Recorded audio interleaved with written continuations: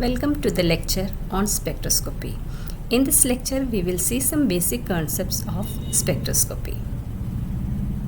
The contents which we will cover in this lecture are what is spectroscopy, characteristics of electromagnetic radiation, regions of electromagnetic spectrum, types of spectrum, degrees of freedom, atomic and molecular energy level and selection rule in various spectroscopy. Let us first see what is spectroscopy. Spectroscopy is the study of interaction of electromagnetic radiation with matter. Here three terms are important: interaction, electromagnetic radiation and matter. As we all know, matter can exist as solid, liquid or in gaseous state. This matter can consist of atoms or molecules. Electromagnetic radiation is nothing but it is the radiant energy emitted from a source. Interaction, it can be of many type. Here it is mentioned few of them. It can be absorption, diffraction, scattering. We know that reflection, refraction. There are various types of interactions of light. Let us first see what is electromagnetic radiation and its characteristics. Electromagnetic radiation, as we know, has dual property, particle as well as wave nature. It is known as electromagnetic radiation because it consists of two components, electric and magnetic. If we take the propagation of electromagnetic radiation along z-axis, we see that there are two other perpendicular axes here, and to the perpendicular direction to the propagation we see the two components propagating in the direction of the electromagnetic wave. One is the electric component which is parallel to the y-axis, and second is the magnetic component which is parallel to the x-axis, and these two components are perpendicular to the direction of propagation. Since it has these two components, it is known as electromagnetic radiation. Since it is wave, it has wave nature, it has characteristics of wave, so it will have wavelength, frequency, velocity, and associated it will be certain wave numbers. We know that electromagnetic radiation consists of packets of energy which is known as quanta or photon. So there is always certain energy associated with this electromagnetic radiation. Let us see in detail these terms.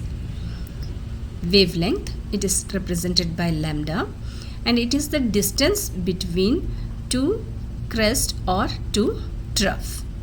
It can have many units. Commonly used units are angstrom, nanometer, etc. Frequency, it is the number of cycles of waves which passes through a particular point in a unit time.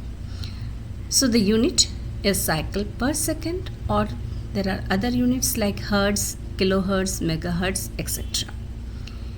Velocity, it has the same velocity as that of light. We can define velocity as the distance traveled in unit time. Unit, it can be either meter per second or centimeter per second. The relation between velocity, frequency and wavelength is C is equal to nu into lambda. The most commonly used term is wave number in spectroscopy.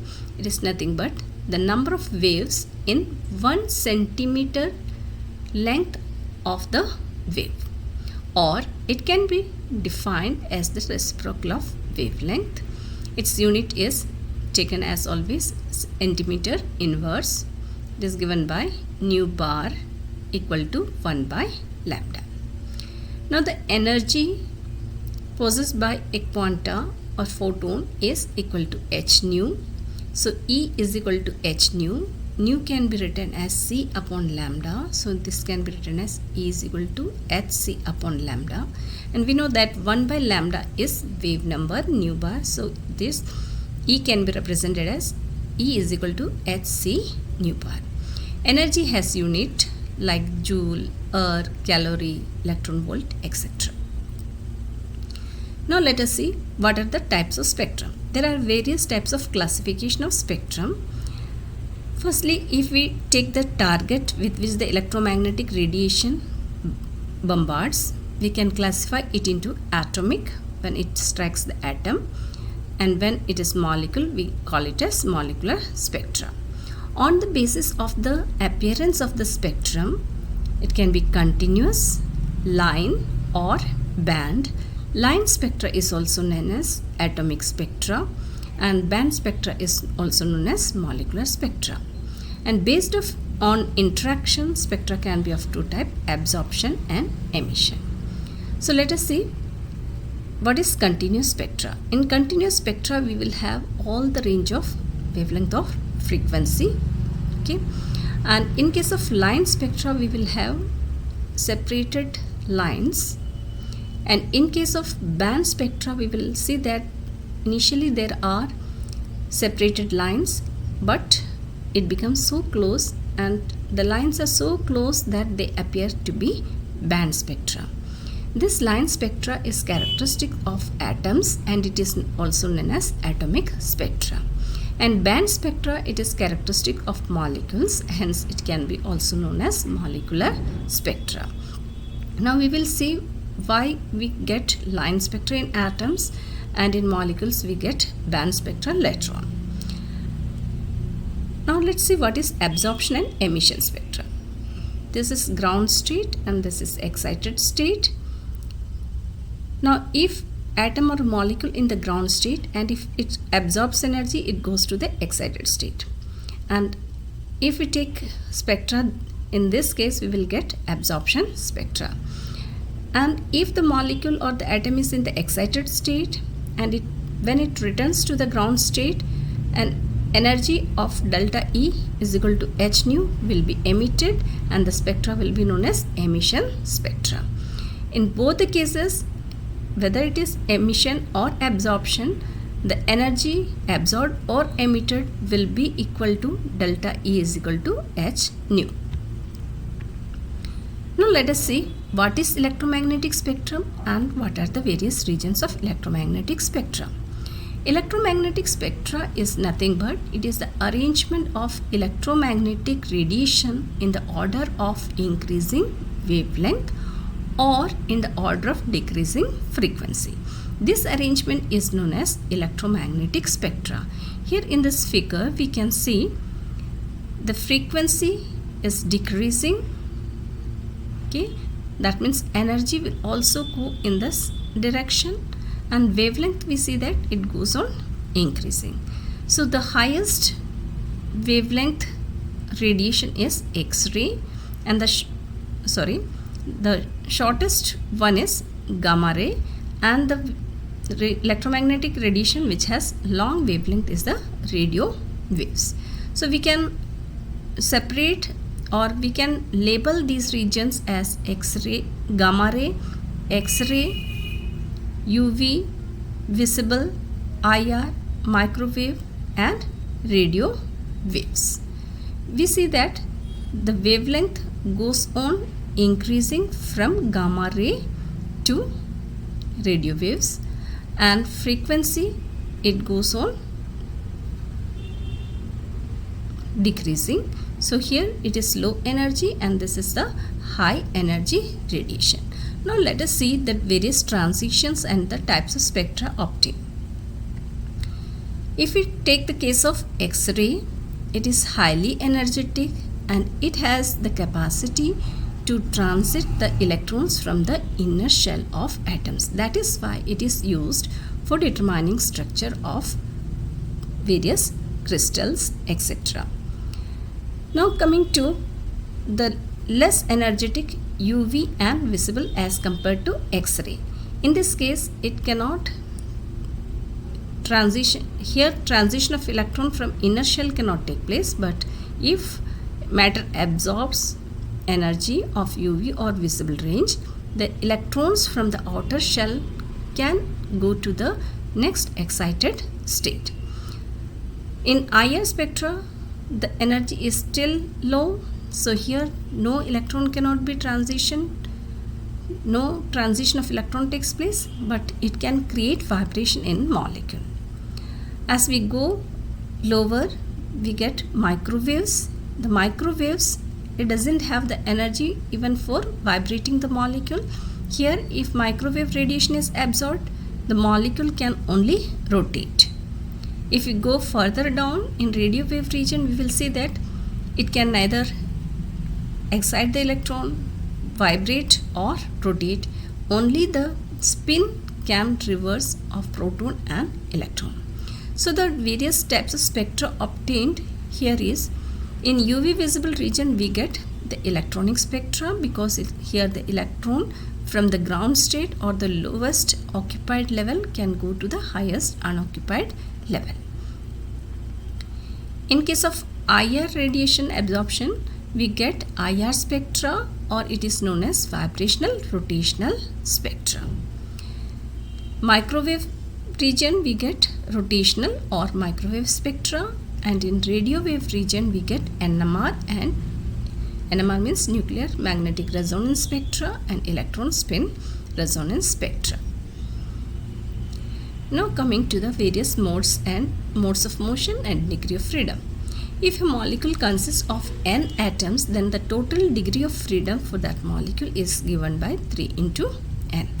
Out of this, the translational degree of freedom is 3, and rotational degree of freedom for linear it is 2, and for nonlinear 3, and vibrational degree of freedom for linear is given by 3n minus 5, and for nonlinear 3n minus 6. Let us see. Total degree of freedom is 3n for molecule consists of n atom. Translational, we know that any molecule or atom, it can go along 3 directions. So there are always 3 translational degree of freedom for atoms as well as molecules. In case of atoms, there is no rotational and vibrational, but in case of molecule, we have rotational degree of freedom and vibrational degree of freedom. Let us see first rotational degree of freedom. For linear molecules, if we take the 3 axes along which it can rotate, this is one axis, this is another axis, and one axis is along this molecular axis. In case of linear molecule, rotation about this axis is restricted. Hence, we have only 2 degrees of freedom. Whereas in case of non-linear molecules, we see that there are 3 axes, and rotation along all these 3 axes are possible. Hence, here the degree of freedom is 3. Now coming to vibrational. Total is 3n, translational 3 plus here 2. For linear, 5 is already completed, so the left is 3n minus 5. This is for the carbon dioxide molecule, and for non-linear molecule we see that 3 translational plus 3 rotational, so 6. So the left is 3n minus 6 vibrational degrees of freedom. This is given for water molecule.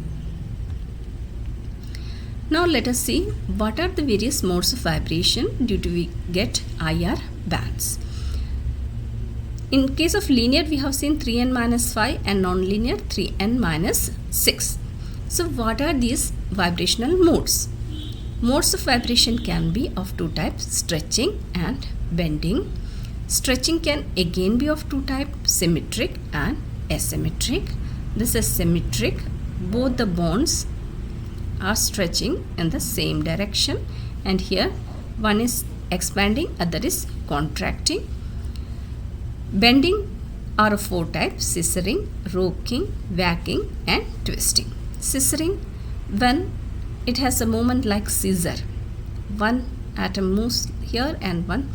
In case of rocking, we see that both atoms are going in this direction.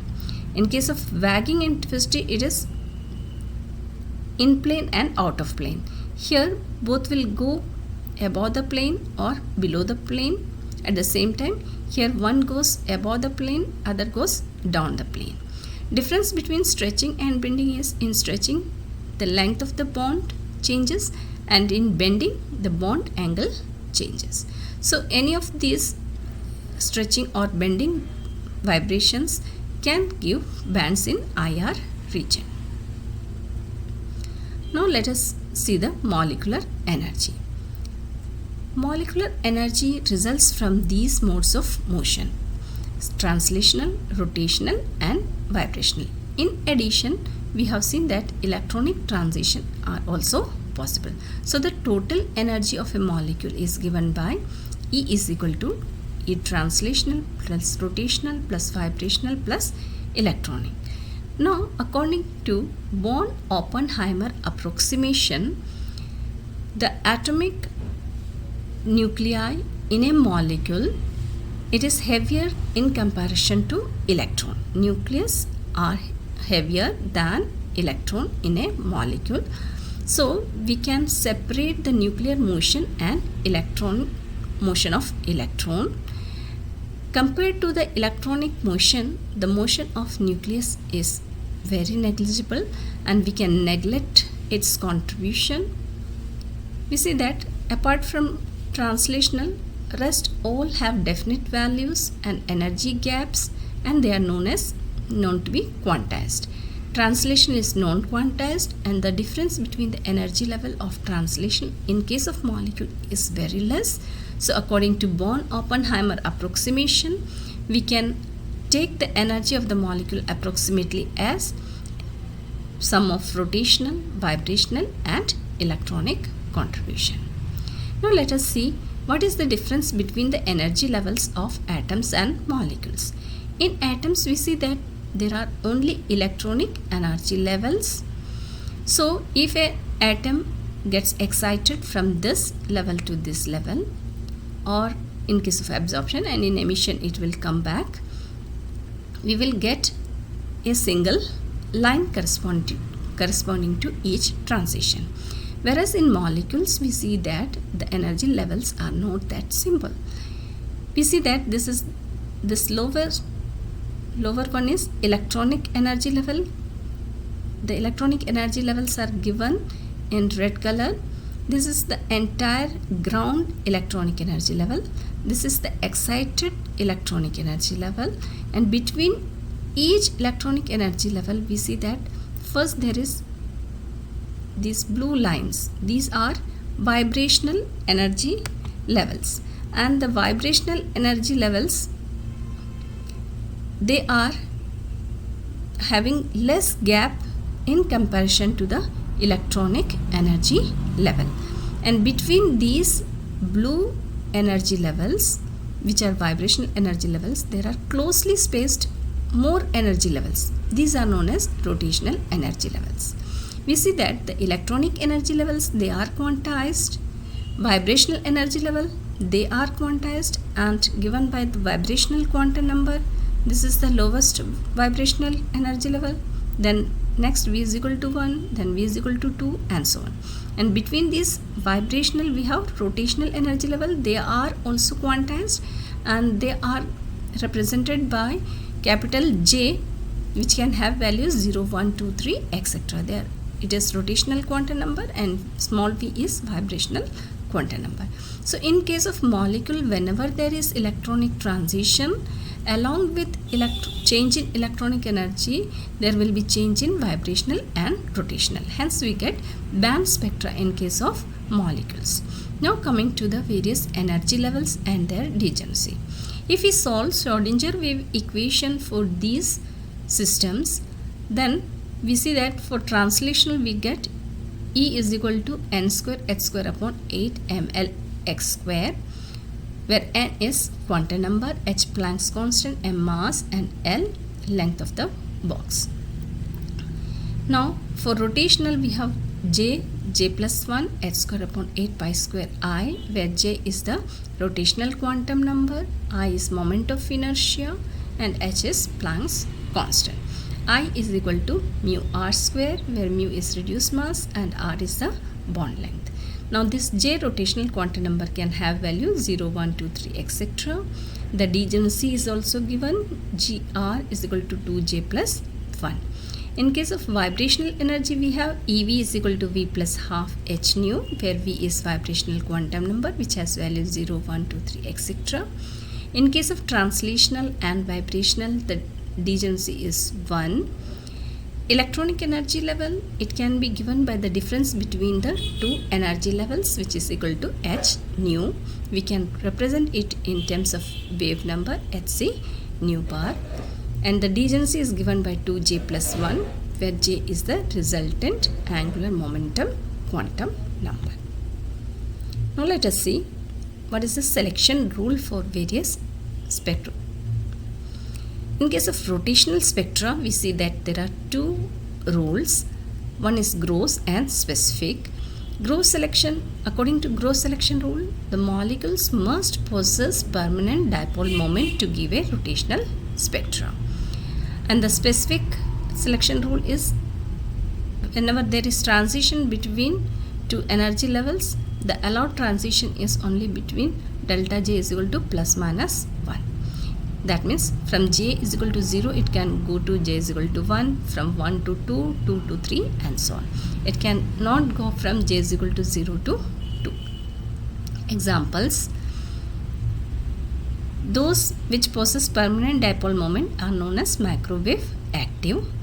In case of diatomic molecule, if you take homodiatomic molecules like H2O2N2, there is no permanent dipole moment and they are microwave inactive. If we take HCl, we see that there is permanent dipole moment, so it will be microwave active. If we take triatomic molecule, carbon dioxide is symmetric linear molecule, so here the dipole moment is 0. And in case of water, we know that it has bend structure and it has 1.84 dpi dipole moment. So water molecule is microwave active, but carbon dioxide is inactive. In case of vibrational spectra, we see that according to Gross selection rule, those molecules which change the dipole moment during vibration, they are capable of giving IR spectra. Even if the dipole moment is 0, if the dipole moment changes during vibration, then we can see that there are bands arising in IR region. And according to specific selection rule, in case of simple harmonic oscillator, the change in vibrational quantum number is plus minus 1. This is allowed. But in case of anharmonicity, there are additional bands which are known as overtone. This is fundamental band, delta V is equal to plus minus 1. Apart from this, it can be delta V is equal to plus minus 2 or plus minus 3, which are overtone bands. Example: IR inactive molecules, H2O2N2. These are homodiatomic molecules. Here the dipole moment does not change on vibration, so it is IR inactive. We have seen that carbon dioxide permanent dipole moment is 0, but it is IR active because in case of stretching, asymmetric stretching, we see that in carbon dioxide there is development of dipole moment during vibration, so it is IR active. So here the criteria is dipole moment must change during vibration. In case of electronic spectra, the total spin quantum number must not change, delta H must be equal to 0, and the total angular momentum that can have values 0 and plus minus 1. These are allowed, rest are not allowed. And there are some parity condition for homonuclear, from gyrate to ungyrate. For heteronuclear, it is positive to positive, minus to minus. These are symmetry based on group theory. So this is all for this lecture. Thank you very much.